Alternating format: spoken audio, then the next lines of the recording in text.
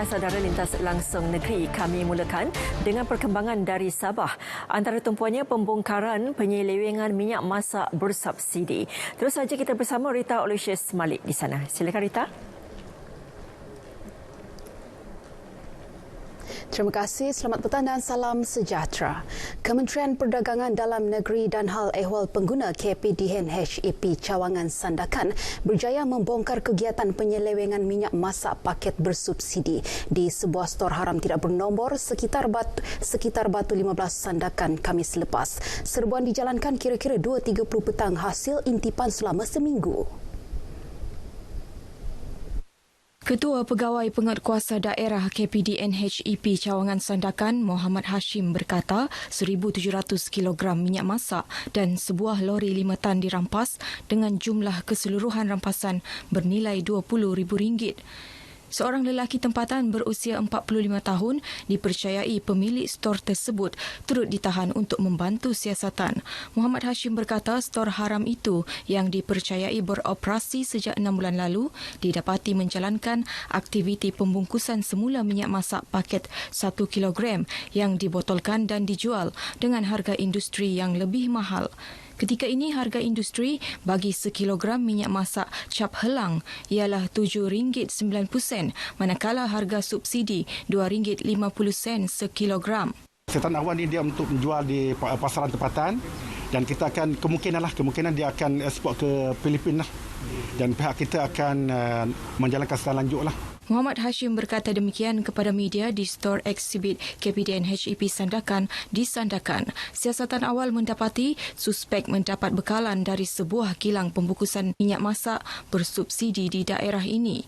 Siasatan dijalankan di bawah Seksyen 20-1 Akta Kawalan Bekalan 1961 menyimpan barang kawalan berjadual di tempat yang tidak mendapat kebenaran dari pengawal bekalan. Siasatan turut dijalankan terhadap pembekal minyak masak bersubsidi berkenaan.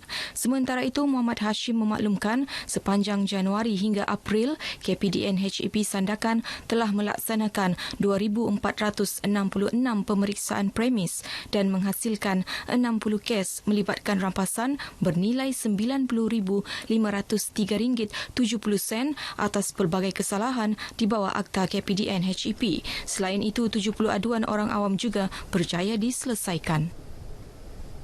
Golongan pekerja merupakan aset penting negara. Justru dalam kesibukan melawan pandemik COVID-19, kebajikan tenaga kerja tidak pernah diabaikan. Ini terbukti apabila pihak berkuasa mengambil tindakan pantas bagi mengekang jangkitan pandemik COVID-19 di tempat kerja.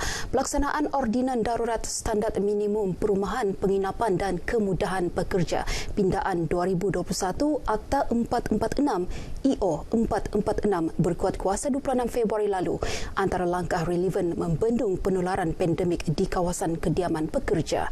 Sempena Hari Pekerja, kita ikuti kupasan wartawan Mazrona Kelinggalan mengenai pelaksanaan akta ini oleh Jabatan Tenaga Kerja JTK Sabah. Ordinan Darurat Standard Minimum Perumahan Penginapan dan Kemudahan Pekerja Pindaan 2021 Akta 446 IO 446 bertujuan mengekang penularan COVID-19 dalam kalangan pekerja. Akta ini dikuatkuasa kerana kluster penginapan pekerja merupakan antara penyumbang terbesar peningkatan kes COVID-19. Sejak awal April lalu, JTK Sabah giat melaksanakan operasi penguatkuasaan pematuhan di kawasan penginapan pekerja bersama beberapa agensi berkaitan, antaranya Lembaga Pembangunan Industri Pembinaan Malaysia CIDB, Pertubuhan Keselamatan Sosial Perkeso, Jabatan Keselamatan dan Kesihatan Pekerjaan, Jabatan Kesatuan Hal Ehwal Pekerja, Jabatan Imigresen dan pihak berkuasa tempatan. Kluster yang paling besar yang melibatkan pandemik COVID-19 ini adalah daripada kluster penginapan perumahan pekerja. Disebabkan itulah, maka Akta Darurat Penginapan Perumahan ini telah diperluaskan ke Sabah dan juga Sarawak. Oleh itu, JTK Sabah bersama-sama dengan agensi-agensi penguatkuasa yang lain mengadakan operasi bersepadu melakukan siasatan kepada perumahan-perumahan yang didiami oleh pekerja-pekerja di negeri Sabah ini. Sepanjang 2 minggu penguatkuasaan akta tersebut di negeri ini, seramai 445 majikan telah diperiksa melibatkan 5 sektor utama iaitu pertanian, perhutanan dan perikanan, pengkuarian, pembinaan, pembuatan dan aktiviti perkhidmatan. Dalam tempoh sama, 1,688 unit penginapan pekerja melibatkan 13,399 pekerja telah diperiksa. Sebanyak 2,296 notis mengikut kesalahan dan 2,612 notis arahan pematuhan dikeluarkan.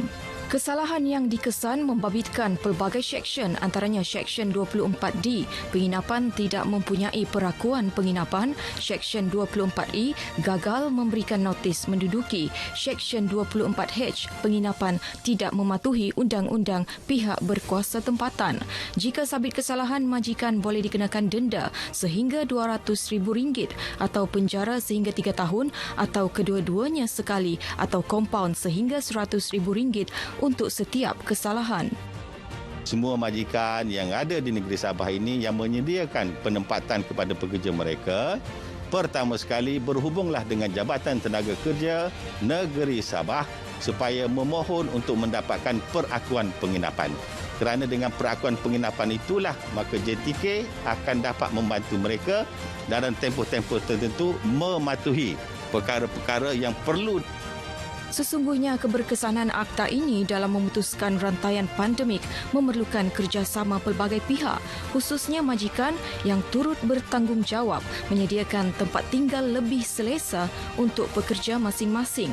Sementara itu, golongan pekerja juga perlu sentiasa mematuhi prosedur operasi standard SOP sejajar dengan tema Hari Pekerja tahun ini, pembudayaan norma baharu dalam dunia pekerjaan sejagat.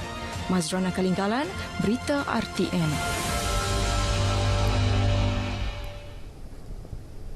Penduduk Sabah khususnya masyarakat Kadazan, Dusun dan Murut diajak menghayati tema sambutan Pesta Keamatan tahun ini, Keamatan Tanpa Sempadan Demi Keamanan dan Perdamaian. Pengerusi Jawatan Kuasa Penganjur Induk Pesta Keamatan Peringkat Negeri merangkap timbalan Ketua Menteri Sabah, Datuk Seri Panglima Dr. Jeffrey Kitingan berkata, pemilihan tema itu sesuai dengan situasi semasa yang mengajar kita bersyukur dengan setiap pemberian rezeki dan anugerah yang dikurniakan. Hari ini kita melancarkan Pesta Keamatan Peringkat Negeri. Kehadiran kita mengikut SOP dan kita menyiarkannya melalui online dan kita berkongsi kepada kawan-kawan kita di luar sana. Bercakap kepada media selepas merasmikan pelancaran Pesta Keamatan Peringkat Negeri ke-61 di Hongkod Koisaan KDCA Penampang, Datuk Dr. Jeffrey berkata beberapa upacara penting mula diperkenal tahun ini iaitu Sogit Pibabasan dan Seed Survival selain acara sedia ada seperti pertandingan Sugandoi dan Unduk Ngadau. Walaupun diraih secara maya, Datuk Dr. Jeffrey berkata Pesta Keamatan yang menjadi asas utama keamanan, perdamaian dan kesatuan, penduduk perlu terus memartabatkan adat istiadat dan budaya serta mengekalkan bahasa ibunda. Majlis Perasmian Pesta Keamatan 2021 Peringkat Negeri diserikan dengan upacara magavau, penyerahan benih Seed Spirit Revival, gimik mengetam padi, pelancaran buku Keamatan Our Sacred Festival dan persembahan nyanyian daripada Perbadanan Pinjaman Sabah. Jabatan Pendidikan Negeri JPN Sabah berjaya menghasilkan e-kompilasi rancangan pelajaran tahunan RPT untuk menjayakan sesi pengajaran dan pembelajaran di rumah PDPR dengan berkesan. RPT berkenaan merupakan satu inovasi JPN Sabah untuk melancarkan sesi pembelajaran sekaligus memudahkan ibu bapa memantau perkembangan pendidikan anak-anak.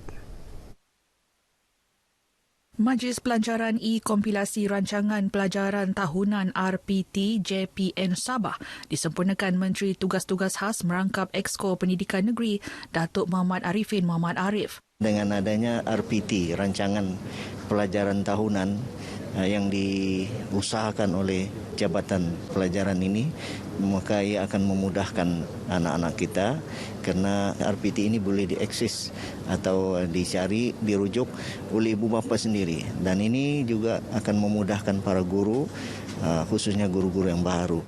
Datuk Arifin berkata demikian selepas melancarkan e-kompilasi RPT Sekolah Rendah dan Sekolah Menengah di Wisma Pendidikan Sabah, Kota Kinabalu. E-kompilasi RPT ini akan membantu guru melaksanakan PDPR secara terancang dan memenuhi dokumen penjajaran kurikulum 2.0 tahun 2021. Ia sekaligus akan mengurangkan risiko keciciran pelajar akibat pelaksanaan Perintah Kawalan Pergerakan bagi mengekang penularan pandemik COVID-19. Sabah merupakan negeri pertama melancarkan e-kompilasi RPT ini. Ia juga boleh dijadikan rujukan untuk sesi pembelajaran bersemuka.